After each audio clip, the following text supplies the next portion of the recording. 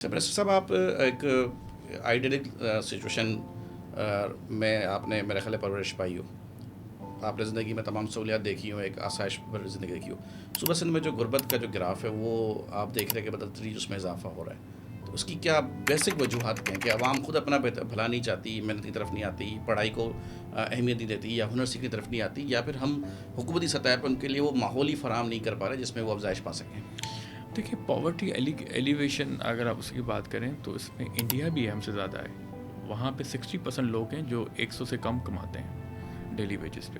کہنے کا مقصد یہ ہے کہ پاورٹی یہاں پہ ہے، اب انمپلائمنٹ یہاں پہ ہے، کہ G D P gross domestic product اس کا ایشو ہے، فارن ریمیٹنسز کم آتے ہیں ہمارے پاس، اسٹاک ایکسچینج ریٹ دیکھیں وہ بھی کس سطح پہ پہنچا ہوا ہے.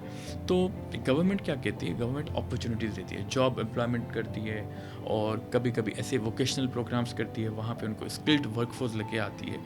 بٹ میں سمجھتا ہوں کہ یہاں پہ جو ہمارے لوگوں کا ٹرینڈ ہے وہ کہتے ہیں کہ ہم صرف سرکاری جاب کریں.